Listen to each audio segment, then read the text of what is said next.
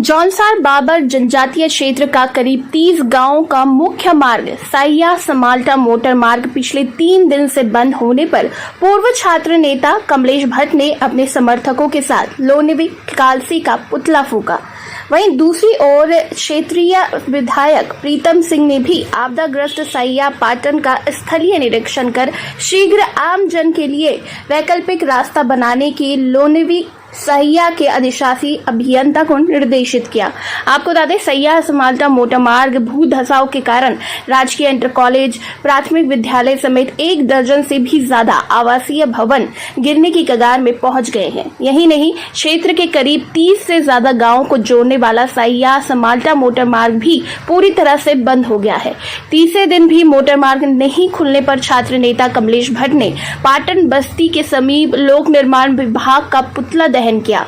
कहा, यदि मोटर मार्ग शीघ्र नहीं खोला गया तो मजबूरन धरना प्रदर्शन करने पर विवश होना पड़ेगा।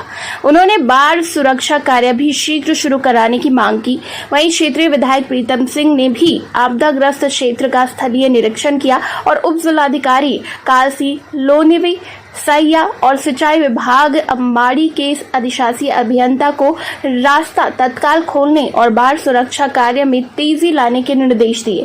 मौके पर पहुंची उप जिलाधिकारी कालसी युक्ता मिश्रा ने वैकल्पिक व्यवस्था बनाने के लिए विभागीय अधिकारियों के साथ घटनास्थल का निरीक्षण करते हुए लोनिवि सैया के अधिशासी अभियंता प्रत्युष कुमार को आमजन के लिए वैकल्पिक रास्ता बनाने के निर्देश दिए। साथ ही सिंचाई विभाग के अधिकारियों को बाढ़ सुरक्षा कार्य में तेजी लाने के निर्देश दिए। इस मौके पर सिंचाई विभाग अम्बाड़ी के अधिशासी अभियंता PN राय, खंड शिक्षा अधिकारी भुवनेश्वर प्रसाद, अनिल तोमर, मोहनलाल शर्मा, राजेंद्र सिंह, शांति प्रसाद वर्मा, दीवान सिंह, ज्ञान सिंह और साथी विक्रम वर्मा समेत कई लोग मौजूद थे। समाल्टा जो मोटर मार्ग है, ये बहुत महत्वपूर्ण मोटर मार्ग है और अमलाव नदी पानी आने की वजह से ये कटाव हुआ है और पूर्व में भी सिंचाई विभाग द्वारा बाढ़ सुरक्षात्मक कार्य निविदाएँ लगाई गई थी। न जाने क्यों उन निविदाओं को निरस्त किया गया।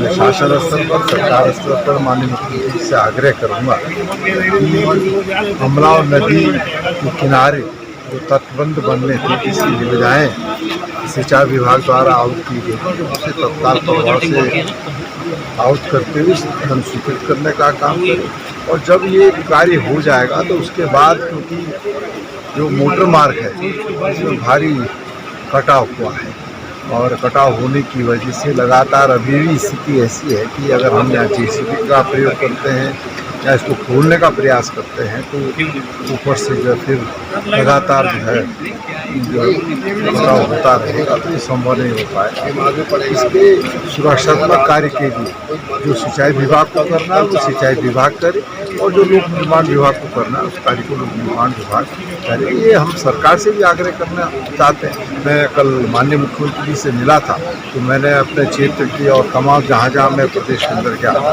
तमाम समस्याओं की ओर उनका ध्यान आकर्षित किया। मैंने कहा क्या उनसे ये आग्रह भी किया है कि आपदा से जो क्षति हुई है और जिन लोगों की क्षति है उन्हें तत्काल प्रभाव से मुआवजा दिया जाए और जो पुनर्निर्माण है उसको भी तत्काल प्रभाव से किया जाए। जो कि सैया समाल्टा के किलोमीटर 1 में जो कि नदी तट से लगभग है जो कि 300 मीटर ऊंचाई तक जो कि लगातार भूधसान हो रहा है, जिसके कारण उसकी अभी स्टेबिलिटी नहीं बन पाई है। परंतु लोगों जनप्रतिनिधियों का और चूँकि यहाँ की आवश्यकता को देखते हुए हमें जो कि कल से जो कि पैदल रास्ते की जो कि व्यवस्था हम करने की कार्रवाई कर रहे हैं। सर, जैसे आज लोगों ने आपके डिपार्टमेंट का पुतला भी फूंका है, ये जो 3 दिन वैकल्पिक व्यवस्था नहीं हो पाई है, ये किस कारण से नहीं हो पाई है? एक्चुअल में जो कि हमारे जो कि मैं स्वयं, हमारे सहायक अभियंता और संबंधित कनिष्ठ अभियंता है जो कि साइट पर लगातार विजिट कर रहे हैं। मेरे द्वारा स्वयं जो कि पिछले 4 दिनों में जो कि 3 बार विजिट या 4 बार विजिट की गई है, परंतु चूँकि वो लगातार लैंडस्लाइड हो रही थी जिससे जो कि हम किसी प्रकार का भी काम कराया जाना उचित नहीं था, क्योंकि वो किसी खतरे की स्थिति बन सकती थी। और वर्तमान में जो कि हमने जो कि कुछ गैंग वगैरह लगा करके जहाँ पुराने जो इनके पैदल रास्ते थे उसमें झाड़ी वगैरह कटान करवा करके जो कि पैदल रास्ता सुचारू था। मैं स्वयं भी जो कि यहाँ से जो कि क्रॉस करके जो कि इस पार से उस पार हमारे जो टीम है जो कि जा चुकी है, और बिल्कुल अस्थायी और टेम्प्रोरी रास्ते थे वो। सर आगे क्या हुआ है, रास्ते को लेके क्या रणनीति है? कल जो कि प्रशासन भी आ रखी थी, इरिगेशन के भी और पीडब्ल्यू की टीम भी थी और समस्त जनप्रतिनिधि भी उपस्थित थे।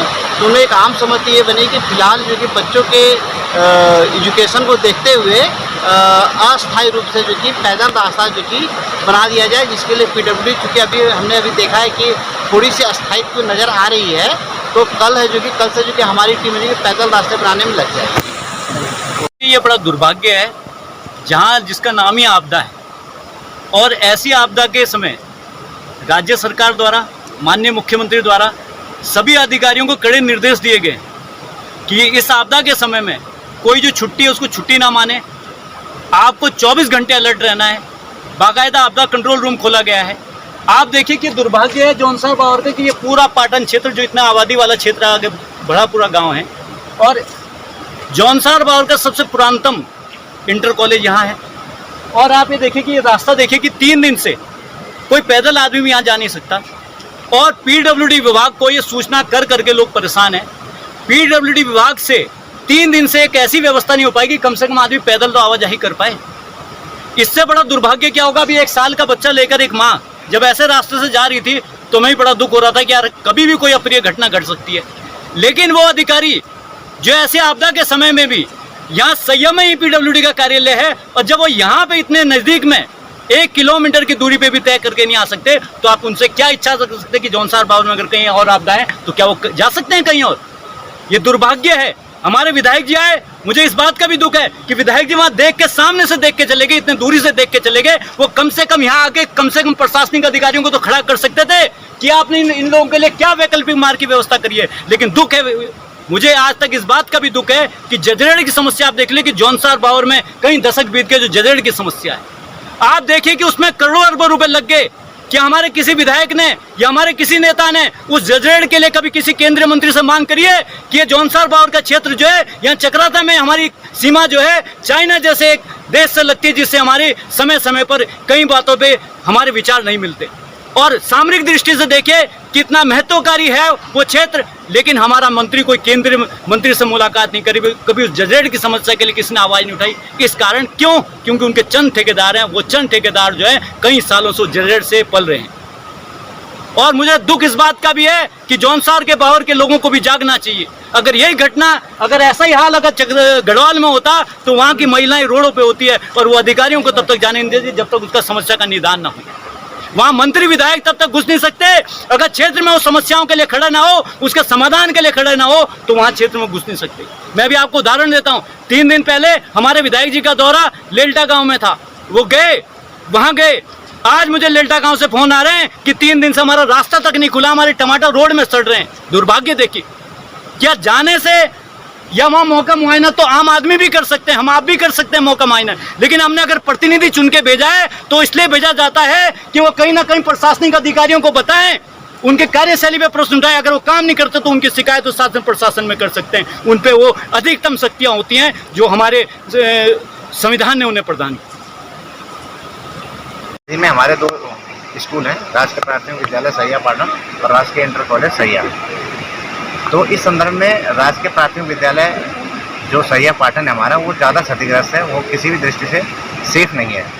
तो वैकल्पिक व्यवस्था ये अपनाई गई है कि अगर 2-4 रोज में पीडब्ल्यूडी हमें रोड दे देती है 4 फीट की भी, तो कक्षा 3, 4 और 5 राजकीय इंटर कॉलेज सैया में संचालित की जाएगी।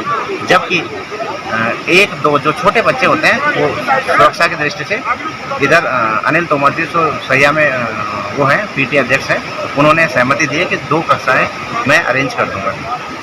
रही राजकीय इंटर कॉलेज सैया की बात, तो वहाँ अगर रोड खुल जाती है तो जैसे कि वो अटल उत्कृष्ट विद्यालय है, सीबीएसई से परीक्षाएं संचालित होती है, तो इस बार पढ़ाई बेहतर हो, रिजल्ट हमारा अच्छा रहे, तो बच्चों का स्कूल न जाना रोकना ये सबसे महत्वपूर्ण है कि वो स्कूल न जा पाए या स्कूल किसी तरह से बंद किया जाए, ये कोई विकल्प नहीं है। क्योंकि अगर हमें रास्ता खुल जाता है, 2-4 रोज में बारिश ठीक हो जाती, तो स्कूल विधिवत तौर पर संचालित होंगे।